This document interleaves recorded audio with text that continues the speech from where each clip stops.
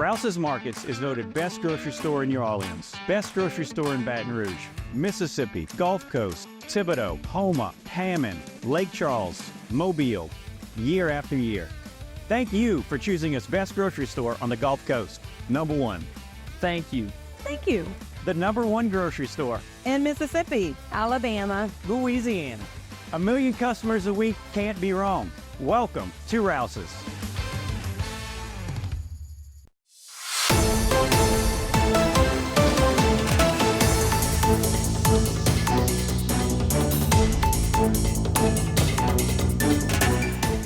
Welcome to Bayou Time News. I'm your host, Tanner McGee. Today for this segment, we have Jennifer Armand. She's the Executive Director of the Bayou Community Foundation, which is really one of the bigger organizations we have doing all kind of volunteer work in the parish. Instrumental after Ida in our recovery efforts, and we're coming up on the 3-year anniversary of Ida. It's hard to imagine it's been 3 years already.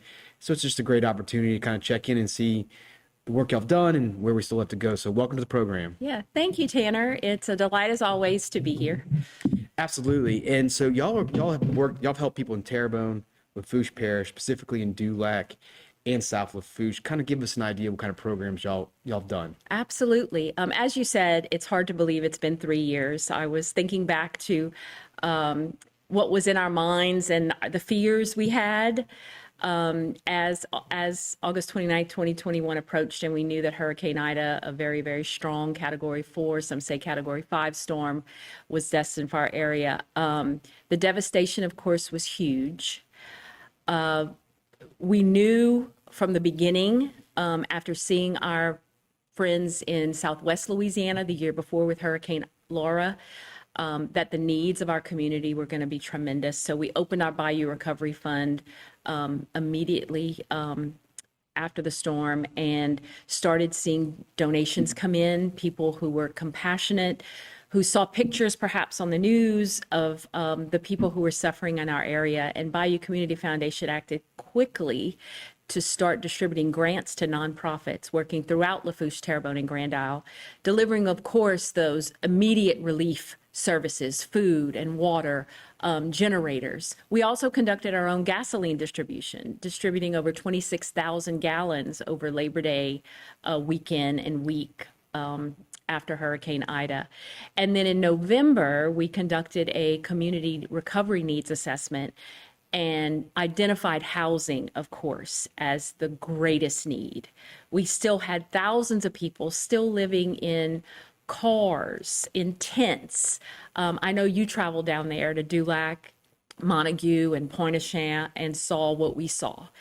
At the same time, by the grace of God, we had some folks who have now become our dear friends, the Amish and Mennonites from Mennonite Disaster Service Storm Aid, who had come down to survey the damage and to see if there was a place for them, a role for them to help us recover. And Bayou Community Foundation decided then that we had to make the financial commitment to buy the building supplies to get them here. We had to repair homes and build new homes for people who lost everything. And that began our Rebuild Dulac program in January 2022, and it really started a housing recovery program that we obviously never envisioned before, but has had tremendous results. In Dulac, South Lafourche, and Grand Isle combined, since January 2022, our programs have impacted over 530 households. We have built 51 homes and repaired over 450. Bringing all those people back home. And it's been a tremendous effort fueled solely by philanthropy and volunteers. Yeah, and when you say 500 households, that's a lot more people that it touches. That's mom, dad, kids, Yes. grandparents, can be cousins, aunts, and uncles, depending on what their living arrangement. That's a really big deal. Where are y'all in that project right now? We are actually wrapping up Rebuild South Lafourche. We have 2 more tiny homes that we've built that we are dedicating, one next week and one toward the end of September. And that'll wrap up our project for now, at least in Rebuild South Lafourche. This is a picture of that tiny home. We built in South Lafourche and Dulac and Grand Isle, our program built fortified gold storm resilient homes. But we also developed this tiny home concept. The need for new homes, I mean, it's still there. The number of people waiting for new homes or home repairs. By building these tiny homes, a little over 500 square feet, we're able to help more people at a cost-effective rate. And these are all, we've built 6 in South Lafourche, and all single senior citizens who are just so grateful for a home. And as I said, we've been able to help even more people with this tiny home concept. No, that's great. And what I love about it is that it shows you being nimble and mobile on the Yes. ground, seeing a need and shifting from what you were doing, saying maybe we could try something else out. And that's where innovation comes for the next storm. People can watch this area and say, this is what Bayou Community Foundation did. Let's kind of use that model and then contact you, and you can show them how it's done a little bit. Yes, yes. When you spoke about being nimble, that is what we are most proud of, is that we didn't know what we didn't know. So we saw a need, and thanks to our wonderful volunteers, including Richard Watkins, who is a volunteer for us and just has done a Herculean job managing all of these projects. We saw a need. We had the volunteers, we were able to raise the money, and we set about to bring housing to people who needed it. And we have learned a lot, and I think we have a lot to share. I've also mentioned to some of our colleagues with FEMA, who have worked very closely with us, that are now in other parts of the country dealing with other disasters, that we'd be happy to share our story with those other parts of the country. Yeah, and it's sad that we have to be the kind of the leaders in how do you recover from storms, but that's kind of the role of resiliency and how do you come back. And I think that's an interesting part of the economy that's sort of shifting for us, is how we can look at these new avenues. You know, it really is unique. Right, exactly. We've also learned how, as well-intentioned programs are like Restore Louisiana and other perhaps federal and state institutional programs, there are a whole lot of people who are left out. Absolutely. And who cannot meet the requirements. And we've seen that. We understand their challenges, and we're working with them to remedy it. That's all the time we have in the first segment. We'll be right back with more on Bayou Time News.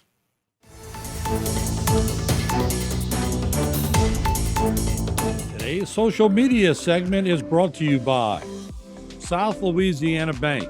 It's better when we bank together. Waits and Downer, attorneys at law. Terrebonne Ford, built Ford tough.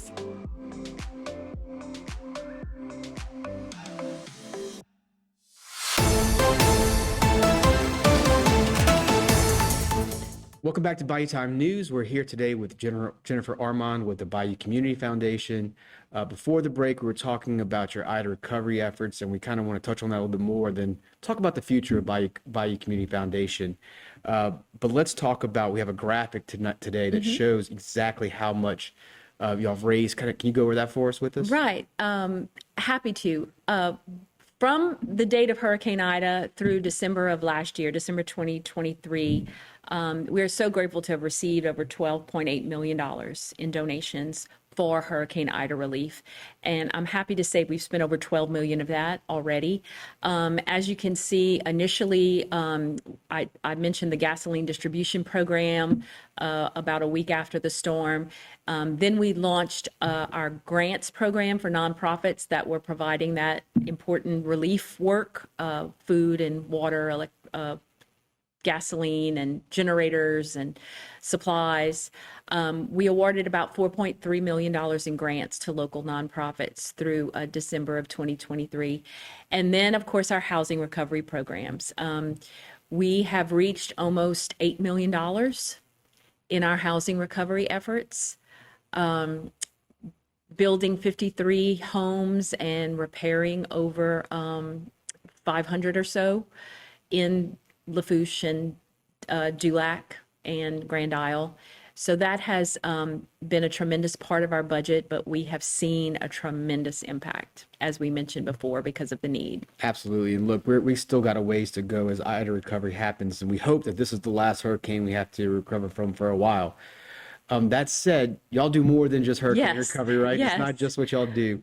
What else y'all have going on, and what's the future look like for the Bayou Community Foundation? Yeah, absolutely. We are 12 years old, And we are very, very excited for the future. I think our work in hurricane recovery propelled us to grow our programming and really prove our mettle, so to speak, in serving this community and serving our local nonprofits and filling the needs, and also being someone, an organization that local donors can trust to fill the needs of the community and put their gifts to work. And we are very proud of that.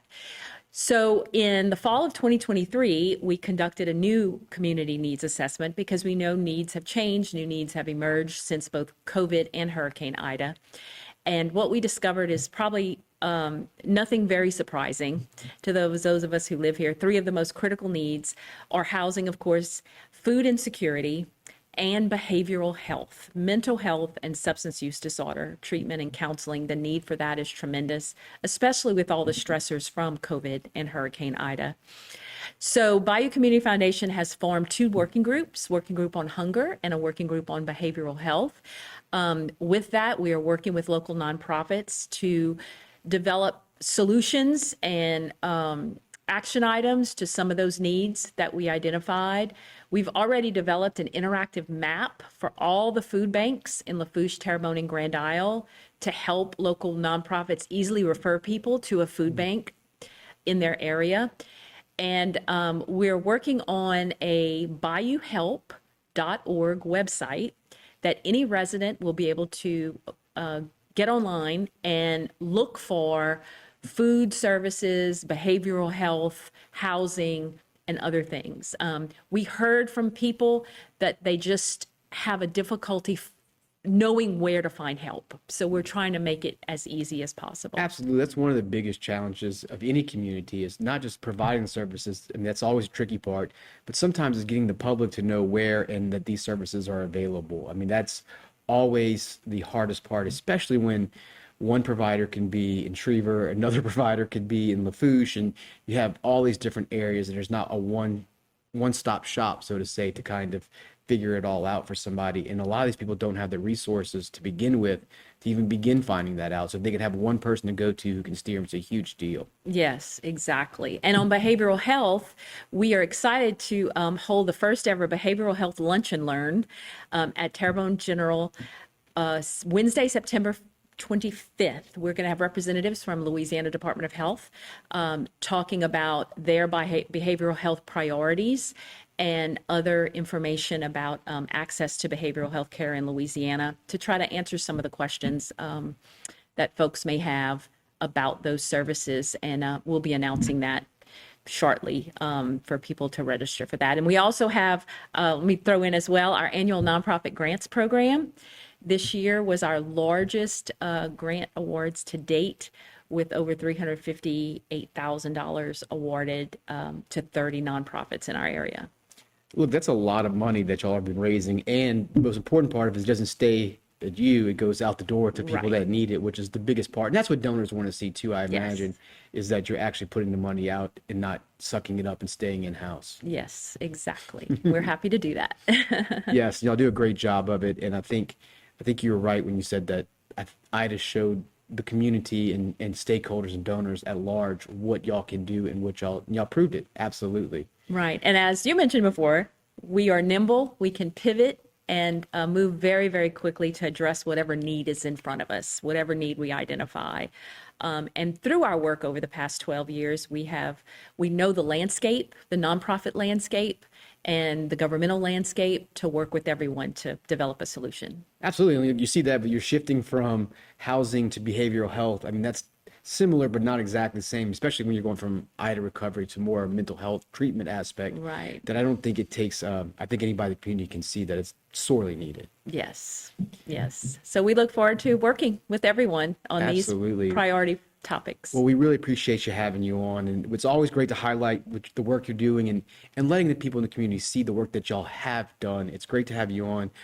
That's about all the time we have, though, on this segment. We've been with Jennifer Armand with the Bayou Community Foundation. We'll be right back.